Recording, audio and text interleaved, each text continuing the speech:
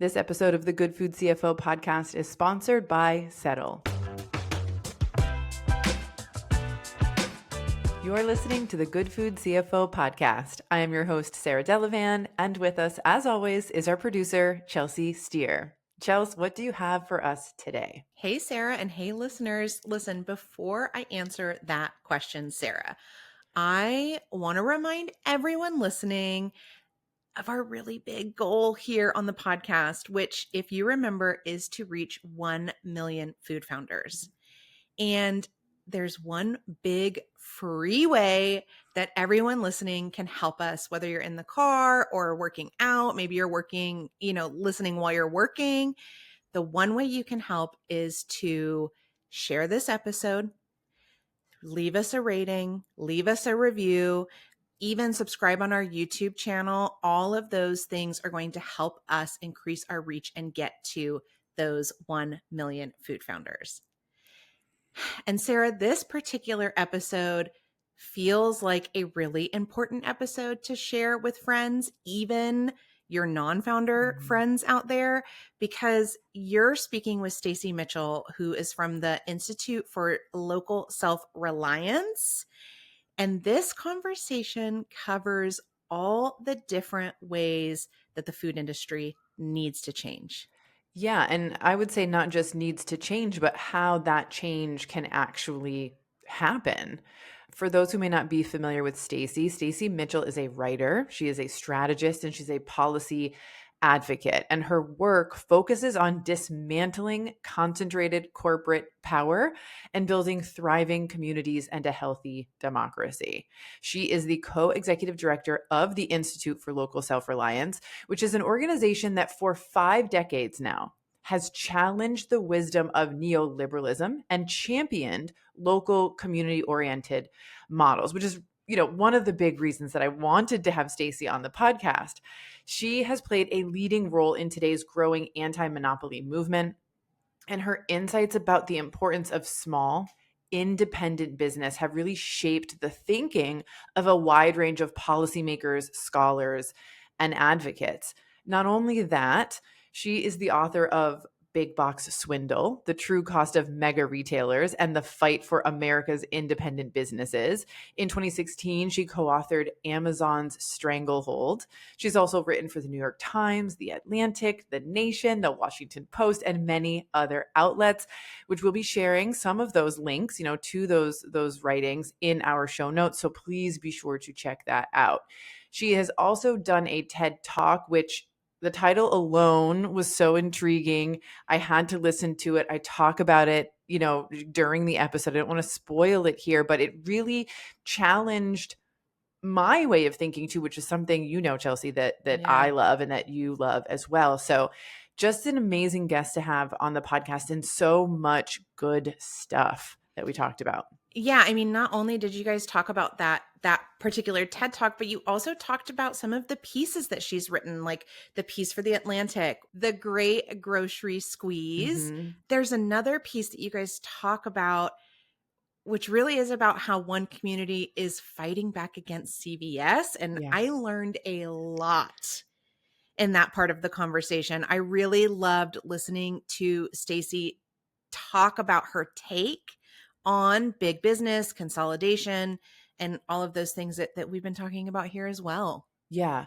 I think what I found really interesting about the conversation is that, after listening to the TED Talk, there were many industries that she covered and that I also wanted to touch on in our conversation outside of food in particular, because it's all interconnected, right? And it's all affecting us as consumers. It's affecting us in as business owners, right? And we dive deep into that in the episode as well.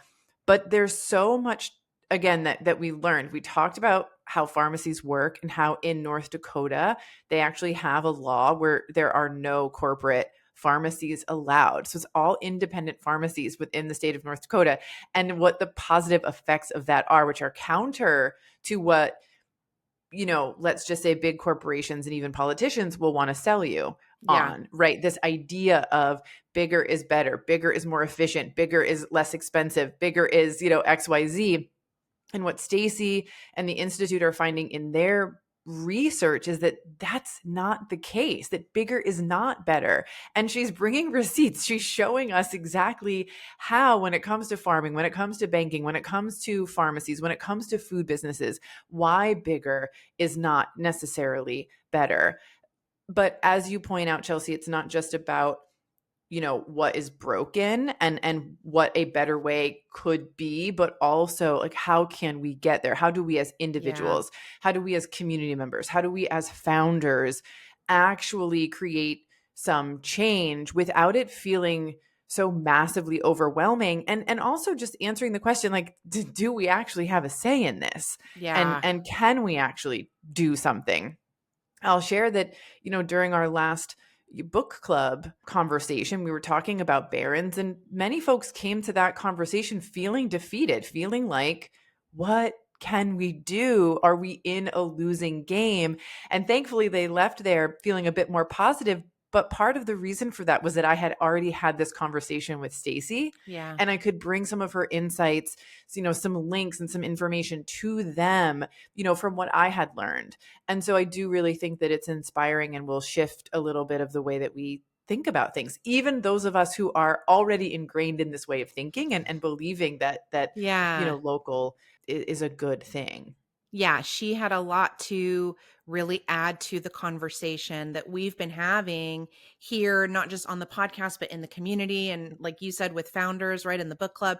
And I think that we're going to share again some of those articles, but also some of the resources and links in the show notes Yeah. so that everybody can kind of start to see where they can start and not have it be super overwhelming. Yeah. And, we came to this episode thinking we're going to do a news story, but honestly, I think there's so much that we cover here in the episode. We don't want to overwhelm anybody with too much information. I want folks to get to the main episode, to really sink their ears into it, if you will. And we'd love to hear from you if you have an aha moment, as you're listening to this episode, if you feel inspired or fired up, or maybe you're going to take some action, whether it be in your own business or in your community. We would love to hear from you. Chelsea, let folks know where they can reach out to us Yeah. to share. Number one way to get a hold of us or let us know, how you're feeling, what you're thinking, what you're doing Yeah. is at hello@thegoodfoodcfo.com. That is our main inbox, and we will definitely see your message there. Yeah. All right, Chelsea, I think we should get to it. Are you ready? Yeah, let's dive in. Good food founders, let's talk about cash flow, the metric that truly determines your ability to grow your business. We all know that figuring out your true costs, your margins, and projecting cash flow isn't always as straightforward as it could be. When your data is scattered across systems, it is easy to lose track and leave money on the table. That's where Settle comes in. Settle is the only platform built for CPG brands that combines inventory, payments, and procurement into one unified system. And they offer integrated financing for your invoices to help extend your cash runway. Settle helps you make smarter decisions and keeps your business on track to grow sustainably. Head over to settle.com/goodfood to learn how brands like Carnivore Snacks use Settle to manage their cash flow and growth. Hey there, Future Sarah here. We had an issue with Stacy's mic at the beginning of this episode, so you might notice a slight clicking sound for the first few minutes, and then around the 18-minute mark, it gets a bit more intense, but just for about a minute. We were able to fix the problem after that, so please bear with us and enjoy the show. Stacy, welcome to the podcast. It's great to be here. Thanks for having me. As I mentioned in the intro, you've written a lot of articles, you've done a lot of talks, you have a lot to say about local self-reliance, a lot to say about the consolidation of our food industry and how we can actively change, right? Or work together to change the system that we're in right now. And I want to dive into that with you. I want to start with your TED Talk, because I think that for our audience of good food founders, they're very values driven in terms of the businesses they're building. They're very values driven in terms of how they spend their money. But your TED Talk, it struck me, and I think it'll strike them too. And I also think it's a great foundation for the rest of our conversation. I believe it was titled "Why We Can't Shop Our Way Out of Consolidation." And you mentioned that, over the last 20 years, there's obviously consolidation in many sectors, from banking to pharmaceuticals to food and farming. And it makes it hard, for example, for a small farmer to get a fair price for their milk. And it makes it very difficult for consumers to actually have choice, right? We have choice sort of, it's disguised, right? And that shopping and voting with our dollars, this sort of consumer-based response, it's not likely going to get us where we need to go because it doesn't fully recognize how we got here in the first place. So that's like a lot that I've just shared, but I'm hoping that you can talk a bit about the narrative that we've been sold as Americans and the evidence that it's like incorrect and untrue, that we've been misled. Yeah, that's right. And I want to say that the TED Talk was called, Why We Can't Shop Our Way to a Better Economy. Thank you. And, I want to say at the start of this that, where you spend your dollars matters, in the sense that, like, your independent bookstore, your local farmer, like, they need your money. Yeah. And there's a lot you can learn also just by paying attention to how you spend your money and what your options are. It's a great way to, like, just sort of research and understand the workings of the economy, which can be Mm-hmm. very illuminating. So it's not that those things don't matter, they do matter, but they are not an avenue for making the kind of change that we want to see in terms of creating an economy where communities can thrive, where local businesses, small scale farms can thrive. Like, that is not possible, really, by trying to shift our shopping dollars. Yeah. And the reason I say that is that part of the kind of worldview, if you will, or ideology that we've been living under for the last several decades really started to gain steam in the 70s and 80s, is this idea that the economy is something that's out there that just happens of its Mm-hmm. own accord, and that, it is a sort of like free market, completely free market. Yeah. And I think the truth is, if you really look at it, is that all markets can only exist as a product of public policy, that we need a set of policies that structure how markets operate in the first place. Mm-hmm. And this goes back, all the way to the beginning. Like, you imagine, like, back in hunter-gatherer days, if you had two groups of humans who, like, met somewhere to trade their resources, there's a set of rules and parameters. Like, we're going to meet in this location on that day, and we're not just going to, like, club each other to death. We're going to actually, Yeah. right? So there's rules. It's policy that enabled that market, right? Yeah. So at a very basic level, if you have a farmer's market in your community, it's like at a set time, and there's rules about, can you sell only locally grown? Like, is it a 50-mile radius? There's all these things. Right. The weights and measures have to be accurate. The prices Yeah. you post, there are rules. That's what enables a market. And so I say that all to set the stage of we were really sold a bill of goods 40, 50 years ago, that the rules don't matter. Like, we made the rules invisible. And I want to say Mm-hmm. corporations, large corporations in particular, worked very hard to make the rules invisible. Right. And to just say, like, yeah, you're a consumer. If you like this, don't like this, you make a choice. That's how it works. And in doing that, what that enabled is, as those rules went sort of behind the curtain, a lot of those rules got shifted. They got shifted from an economy from rules that favored dispersal, like our antitrust laws, our banking laws that once kept banks local and focused on serving local communities, Yeah. the kinds of policies we had around agriculture. A lot of that was dismantled, and those rules were rewritten in order to allow for and actively encourage the consolidation of power by a small number of corporations. I And the trick is that we've been made blind to that reality. And by sort of positioning us as consumers, the effect has been that we have lost our muscle as citizens. It is kind of Mhm. atrophied, and we don't know how to exercise our citizenship muscle to change those rules again. Yeah. I think part of it too, when you talk about this, is the idea that bigger is better, right? And so corporations sort of and policymakers perhaps telling American citizens, this is better. Bigger is better. It's more efficient, it's less expensive. You benefit from the growth of a small number of companies. And for example, if we talk about banking, it's going to be better for you, larger banks, than regional banks. It's going to be better for you to shop at a Walmart, right? Because they can buy in bulk and they can sell it at a lower price. And what you identified and shared in the TED Talk is that that's not actually true. And so can you share a little like anecdotal information? I think you had so much like great impactful stuff in your TED Talk, but like in what ways has it been proven that bigger is not better? Yeah, I mean, there are lots of sectors of the economy. Like part of what my organization does is goes and look at the Right. research in different sectors of the economy. Like, what do we actually learn there? And this idea, that bigger is better, that these companies outperform because of their scale, and that small is kind of outdated Yeah. and not as good.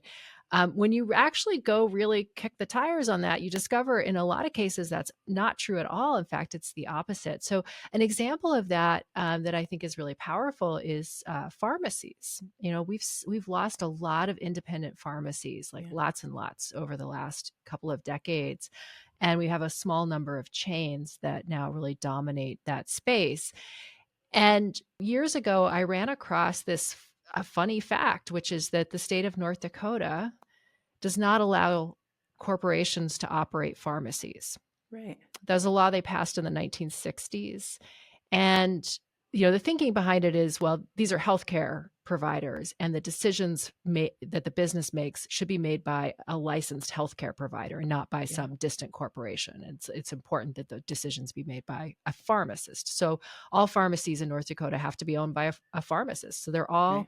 locally owned, except for a few that were grandfathered in, a few chains that existed before. But over 90% of the pharmacies are independent, locally owned businesses.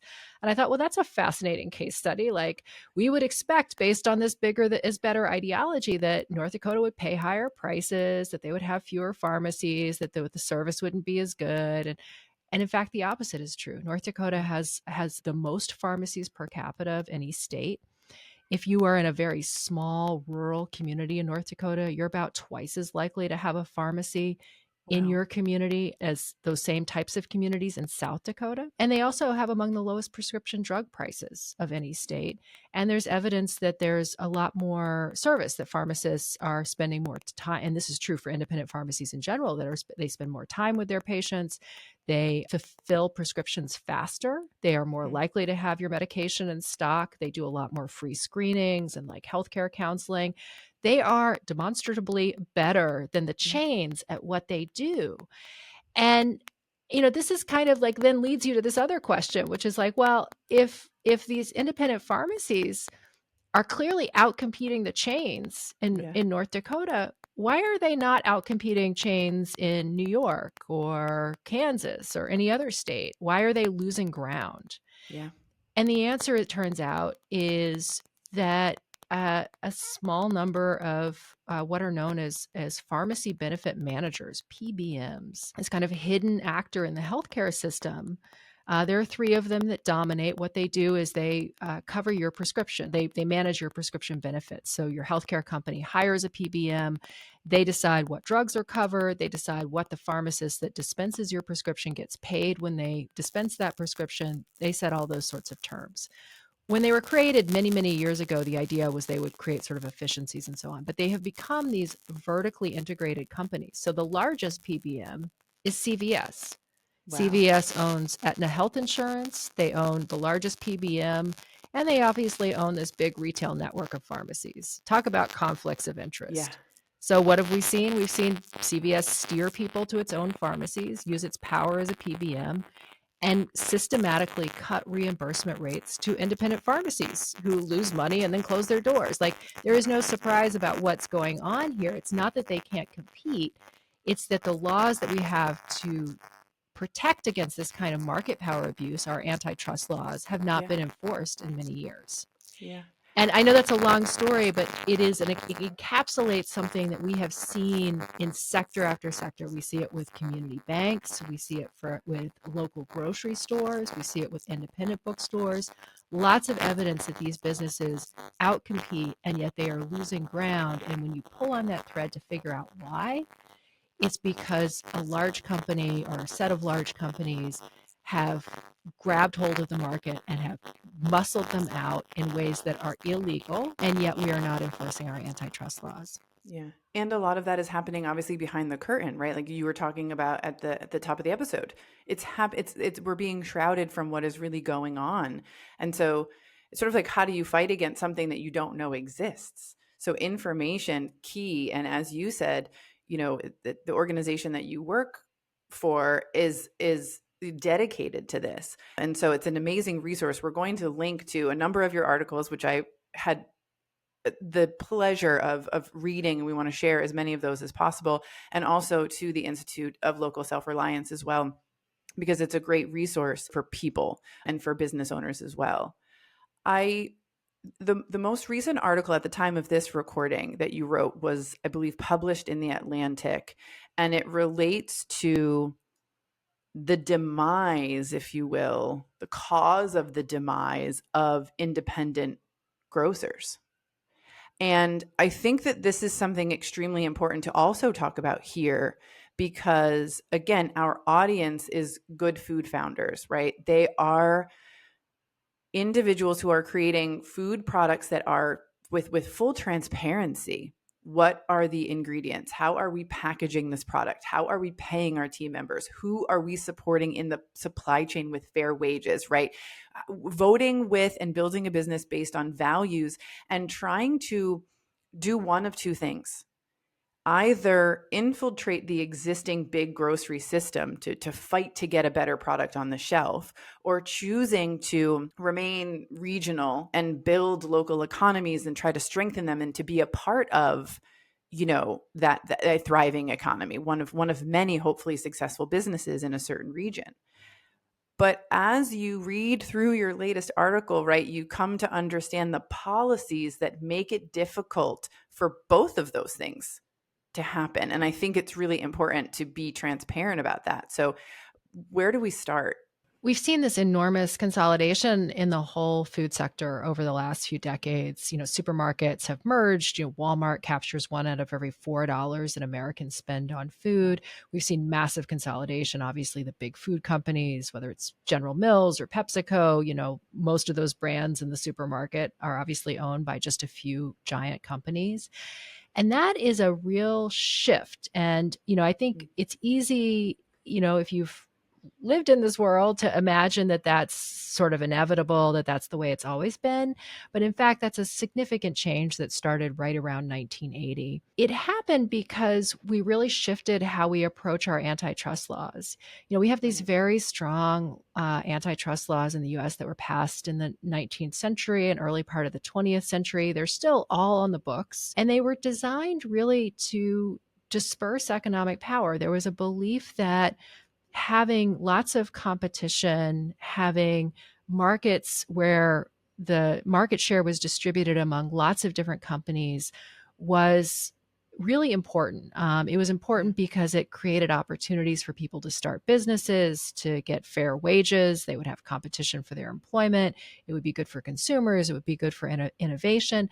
And importantly, it would be good for our democracy because it would ensure that every community, every city had sort of strong local businesses, a strong economic base, and it would prevent really large companies from kind of overwhelming our government, right? So that was the thinking that went into our antitrust laws.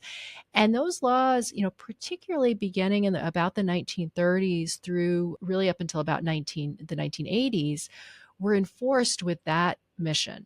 And, the result was, if you go back, as I have done, and look at the grocery sector in the 50s, 60s, it's remarkably diverse. There are national companies like Kroger and Safeway that are growing, but there are lots of independent businesses. Throughout those years, as recently as the early 1980s, Americans spent more than half their grocery dollars at independent, locally owned supermarkets.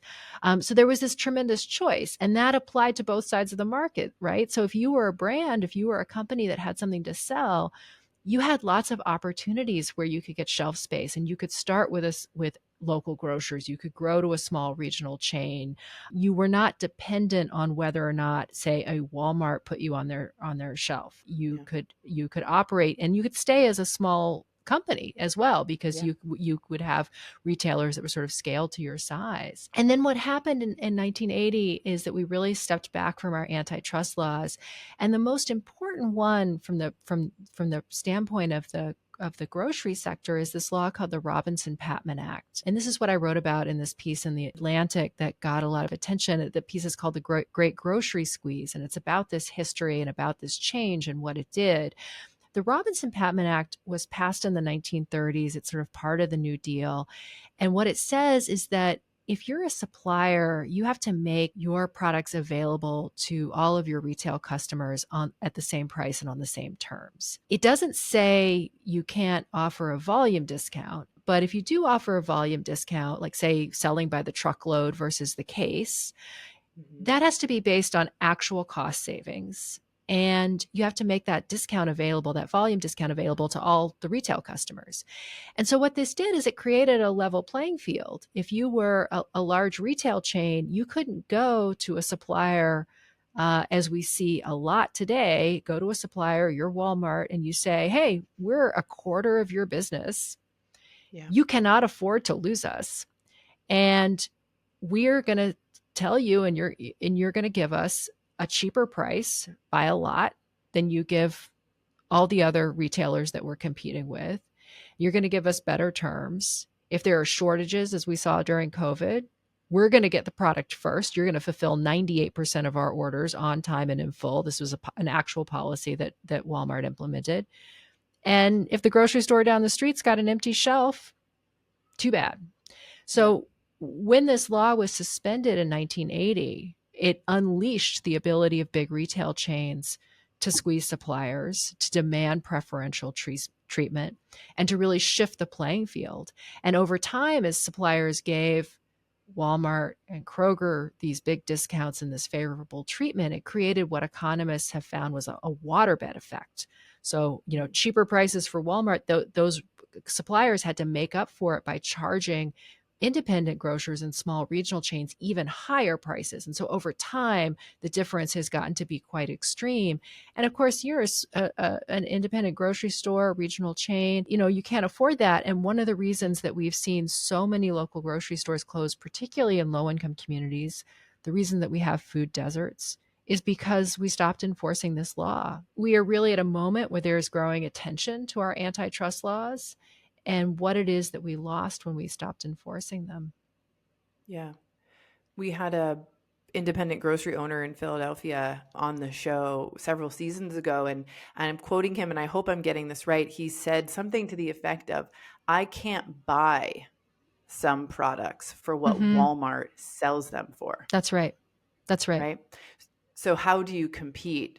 Something else I want to talk about, because we have a bit of limited time and there's so much I want to squeeze in. But recently, as we're recording this, it's early February. Donald Trump has been in office for about a month. There's a lot happening. I'm seeing a lot of posts on social media about this idea of voting with your dollar and purchasing in values aligned ways. And I think that we're walking a fine line, if we haven't crossed over it in some instances, where we're creating an environment of shame based on where you spend your dollars. And where this is coming from for me is, I can think of values-based businesses, people who are making 99% of their purchasing decisions as a business fully aligned with their values. Same with individuals, right, who are just sort of doing the best they can, but in some instances they either feel they have no choice, or for whatever the reason is, right, they're not buying 100% aligned with their values. And you and I had a conversation previously about why that is and what the actual physical and real limitations are on some businesses and individuals actually being able to be fully values aligned with their purchasing. And I think this is a really important thing to talk about right now, because I don't want us to slip into a space of shame or shaming people for how they're purchasing. Yeah, I mean, I don't think that this is a path to the change that we need. And there are a lot of reasons for that, but one of them is simply a matter of information. Like, it is impossible for all of us collectively, to have all the information about all the things that we're buying, whether it's issues around child labor, whether it's issues around environmental pollution, company ownership. I mean, shopping in the grocery store is a great example of that. You can pull all sorts of things off the shelf that seem like local brands, but if you if you do the research, you'll find out, oh, this is owned by a conglomerate that does a lot of bad things. So individuals just cannot possibly, you would need like a supercomputer in your pocketbook while you shopped to like figure that out all the time, right? It just doesn't make any sense that we can bring all of our values to bear in the marketplace. But the deeper reason that I don't think is the way to go is that the policy choices that are being made and the choices that are being made in boardrooms structure our choices. Like our choices are determined far before we get there to make them. And so if I live in a community that has a very limited number of grocery stores, there are a lot of metro areas where Walmart absolutely dominates, has more than 50% of grocery sales, in some cases 70, 80, 90% of grocery sales. And I walk into Walmart and what they have on the shelf is Coke and Pepsi. Like I don't have a choice right there about choosing a different brand in that case. That it's already been made for me. So I don't think this is viable. I think we actually really need to, and I think corporations really benefit when we get into this mindset. And I want to say, like, when you're supporting your local farmer or your local bookstore or a great brand, like that matters. They need your dollars. Like, I'm not saying it doesn't matter. I'm just saying it's not actually a path to the kind of systemic, bigger picture change that we need. And I think corporations really benefit when we kind of linger in this idea that this is how to solve our problem, because they know that as consumers, we're very weak. Right? We only have the choices they give us. We only have the options in front of us. It's hard for us to like aggregate all of us to do the same thing. Enough of us, choosing the same thing at the same time to make a real change. Like, it is very difficult to make, boycotts just do not work. There's a lot of history of that, right? Because you just can't get enough people on any one issue to actually fix it, no matter how bad and outrageous the problem is. And corporations love that. They love to say, oh yeah, well, just vote with your dollars. Meanwhile, they are on Capitol Hill and in your state house writing rules that ensure that our, lending capital, that big banks are consolidating, and that our capital markets for big companies work just fine. Meanwhile, small businesses are seeing community banks disappear. The kinds of lenders that serve them best are disappearing, not because they can't compete, but because of the ways that we've changed banking laws. Meanwhile, Amazon is paying effectively a zero federal tax rate. Meanwhile, the store down the street from me, the local retailer, is typically paying an effective federal tax rate of 20, 25%. Why in the world? Like, on what grounds does it make any sense that a local business employing people, occupying a space in my community owned by one of my neighbors, is under a tax burden that is fundamentally diametrically different from what the biggest company that they're competing with is paying? So as long as we stay in this consumer mindset, we are not actually addressing the underlying problem. Yeah.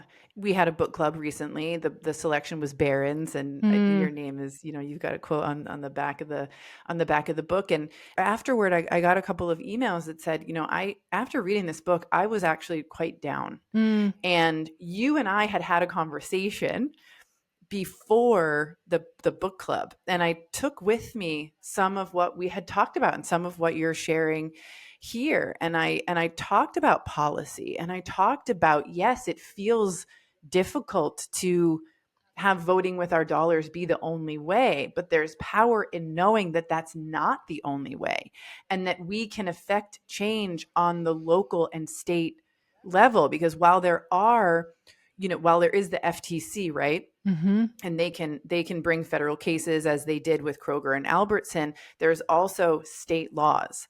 And Kroger Albertson, I think, was a great example, because Colorado, I believe, that they continued their state case against the merger despite the federal case coming to an end and having a judgment, because they wanted to ensure in Colorado that all the rules that were broken, right, that they were held accountable for them, and that there was an outcome specific to the state there. And that gave people hope. And I think that policy as a word, I think, is also a little overwhelming for Mm-hmm. people because they're like, well, how do I get involved in policy? And quite frankly, I'm at the beginning stages of that myself. But the Institute for Local Self-Reliance has tools and information to help us do that. So to come out of a book club meeting where people were sharing that they live in rural America and they are commodity farmers and they're good people, right? That's another part of this. There's nuance Mm-hmm. to everything, I think, right? Especially around our food and the individual people who are growing it, and they only have a Walmart, Right. to shop at, and it's far away. And so how do they, while supporting a family, while running a business, while doing all these things, it's like, what other choice do I have? And what you shared in our other conversation was, if you come together as a community and you can speak to the policymakers in your area, Mm-hmm. not that it will be very, super easy, but your voice can be heard and you can affect change so that you have another option, or so that maybe Walmart or Amazon are taxed in accordance with local business in your area, right? It's about leveling that playing field. And what can we do? Because wouldn't it be nice to have choices and to be able to purchase from whoever really is the best fit for you as a person or a business, without sort of all of the bad feelings and stuff that comes along with purchasing from a particular company? Yeah, I feel, I've been working on this set of issues for over 20 years. I don't even want to say how long. It's been a long time, right? And I feel much more hopeful in the last few years than I have Mm-hmm. throughout that, because things have really begun to shift in dramatic and important ways. So the biggest shift is on the sort of ideological level, if I can put it that way, or the sort of broader consciousness, the way people view things. This Right. idea that policy doesn't matter and the economy sort of floats along separately, that's gone out the Right. window, and I think it started to fall apart during the financial crisis. It was like sort of like we pulled back the Mm. curtain and went, oh, wait a second, this whole system is kind of like rigged, and the big banks are Yeah. in league with the regulators, and who wrote these laws, and why isn't anyone accountable that did, that really started this process of going, wait a second. And this is a system that is set up to benefit the powerful at the expense of everyone Yeah. else. And once the kind of wool came off, people started seeing this more clearly. It only grew from there. And beginning sort of around 2016, we started to see for the first time, literally in decades, high level policymakers in Congress saying, wait a second, anti-monopoly laws. We have these anti-monopoly laws. Like, where are Mm. the agencies that are supposed to be enforcing these things? And we saw that the Democratic Party and the Republican Party in 2016 reintroduce antitrust into their party platforms. It had been absent for decades. Now it was Wow. back in.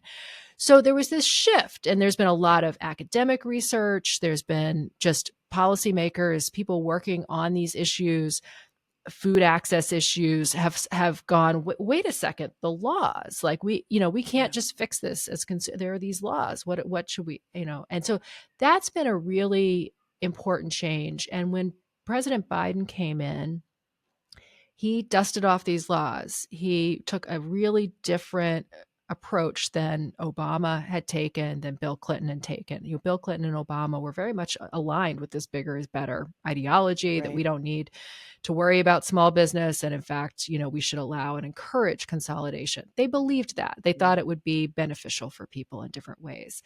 Biden disagreed fundamentally and really looked at the research of the time and went in a very different direction.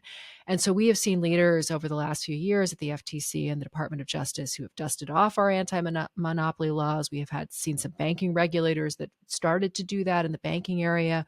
We got major lawsuits filed. We got new merger guidelines. We just got all of this new attention to it. Where we are right now is that there is a bit of that activity over the last few years has been somewhat bipartisan. There have been conservatives in Congress, conservatives at these agencies, on the Federal Trade Commission, who have supported these laws. For example, the Right. Robinson-Patman law that we talked about, that's so important to level the playing field in the grocery sector. We have conservative members and Democratic members of the Federal Trade Commission who have said that law, enforcing that law, matters. And that's so different than even just Yeah. 5 years. I mean, it's just, I can't even tell you how different that is. I don't know under this administration, especially given the chaos like that we're going to see. I don't know what's going to happen, Yeah. but I don't think that we're going to go back to where we were. We may not go very far forward from the federal level, but I don't think we're going to go back. I don't think you can put the genie back in the bottle, as it were, on this issue people have Okay. seen.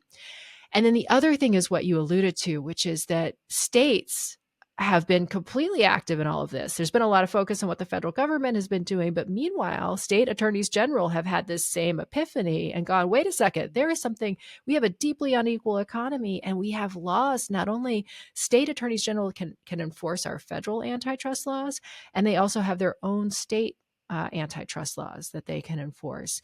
And so a lot of the action, there's a major monopolization case against Amazon, which, could Mm. lead to the company being broken up and really open up a lot of opportunity for small companies that are trying to sell online but have been squeezed and blocked by Amazon. That lawsuit has a bunch of states signed on as well. It's not just a federal lawsuit. And you mentioned the Kroger-Albertsons merger, which has been blocked now by two courts. Not only the Mm. federal case where the judge said, yeah, we agree with the feds, this is a bad merger. That's the first supermarket merger that the federal government has challenged in decades, and they Wow. won. And they won with a theory that said consolidation is bad, like the old way of doing antitrust was wrong. And the judge said, yeah, we agree with you. That's a really big deal. And then the other case is the Washington State case, also. And Colorado, as you noted, brought its own and is sort of continuing down that path because they have some different claims that they want to see Yeah. addressed. States are taking on all kinds of these problems. Many of them have their own sort of mini Robinson-Patman Acts. And so we expect this issue of price discrimination in retail.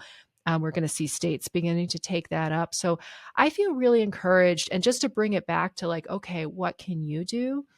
At the local level, I think it's so important to be talking to your neighbors and to be talking about these kinds of issues. We have a lot of tools at the Institute for Local Self-Reliance, like to help you do that and to kind of understand how some of this stuff works. But there are neighborhood groups, church-based groups, community groups, like and in every place, and those getting involved in those and beginning to talk about how this set of laws, this set of policies relates to inequality, relates to food deserts, relates to Yeah. why your community isn't thriving is really important, relates to oligarchy, relates to the power that companies have over government, and then beginning to do some advocacy with your local elected leaders. It makes a huge difference when you have a mayor or a city councilor, for example, stand up and say, we're struggling with food deserts in part of my city.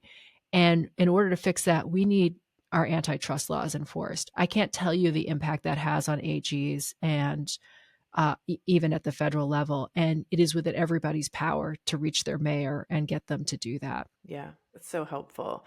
There were a couple of stats that you also shared, I believe, within the TED Talk that I want to share here. I don't have the time frame for this, so maybe you can help me out with that. These were just sort of my personal notes that I was jotting down as I was listening to it. But farmers markets have doubled in recent years. Over 1,400 new locally owned grocery stores, more than 500 new independently owned bookstores, more than 6,000 people have moved their accounts to local and regional banks. This says last year alone. So maybe you can put a time frame on that. Yeah. Maybe not. I jotted them down as just like exciting metrics that change is happening, Mm-hmm. right? And then with active vocal, communication to our policymakers, like more of this can happen and we can have more access to the types of businesses that we want to do business with, Mm-hmm. which is really exciting. And that message of this consolidation, like continuing, is not inevitable. Yeah, We can change absolutely. it. I mean, so I gave that talk in 2012. So those are Thank you. like, yeah, so we're going back a little bit ways on some of those stats, but I think what they illustrate and we still see today is that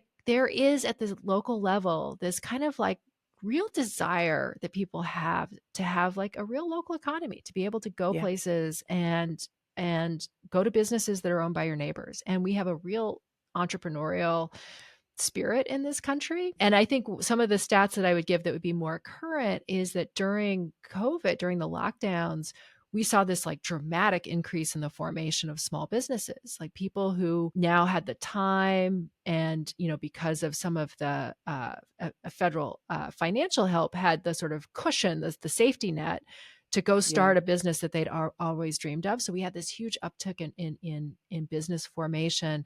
I've been very focused on this issue of grocery. And so it's been interesting to see, we've been working with the community of North Tulsa, Oklahoma. They were a 14-year food desert, overrun with dollar stores. And they now, through a lot of community work, have this beautiful locally owned grocery store called Oasis Fresh Market. And so we've seen folks all over the country who want to open grocery stores in the communities that they're from to serve their neighbors. That's the really great news. And then if we compare that, so I think this like desire to like build the kind of local economy where we're all connected to one another and where we, really get to be part of our neighbors and have some agency in our lives, feel like we're part of a place where we control our own destiny, our own future. I think people really are yearning for that. And you can see that in some of these stats. And the trick now is, can we get our policymakers at the state and federal level to actually put in place the policies that would really enable that to thrive? Because this is like a bunch of flowers that are blooming, and whether they sort of continue to grow and proliferate is really going to depend on the environment that we create through our policy. And so that's, that's what really drives the work that we do. We're excited about the change, and, we'd love to have more people get involved with us in doing that. Amazing. Well, on that note, can you let people know where they can learn more about the Institute and about you? Yeah. So the Institute for Local Self-Reliance, we're at ilsr.org. You can find us online. We have a lot of resources. We're a 50-year-old organization. We're about 30 people across the country working on a variety of issues, the sort of local business issues that I've been highlighting. We also work on small-scale renewable energy, community-owned broadband, community composting. We do a lot of different things at the local level, and then we sort of fight these big policy battles. When you go there, if you look at get involved, I think is one of the top menu links. You can sign up for our newsletters, and that's just a great way to like kind of keep up with the new resources we have, different ways of getting involved. You can find us on all the socials. You can find me on Blue Sky and Twitter, Stacy Mitchell. So would love to connect and have you involved in our work. Amazing. Well, thank you so much for your time today, Stacy. I so appreciate it. And I hope to talk to you again soon. That's great. Thank you so much. Looking for more content like this? Subscribe to our YouTube channel. You'll see weekly podcast episodes as well as other content related to the show. Just visit youtube.com/@thegoodfoodcfo. Thank you for joining us here today. If you enjoyed this episode or found it helpful or inspiring in any way, please share it with your founder friends on social and rate and review the podcast wherever you listen. It's the #1 way to help good food founders find the show. We'll be back with a brand new episode next week.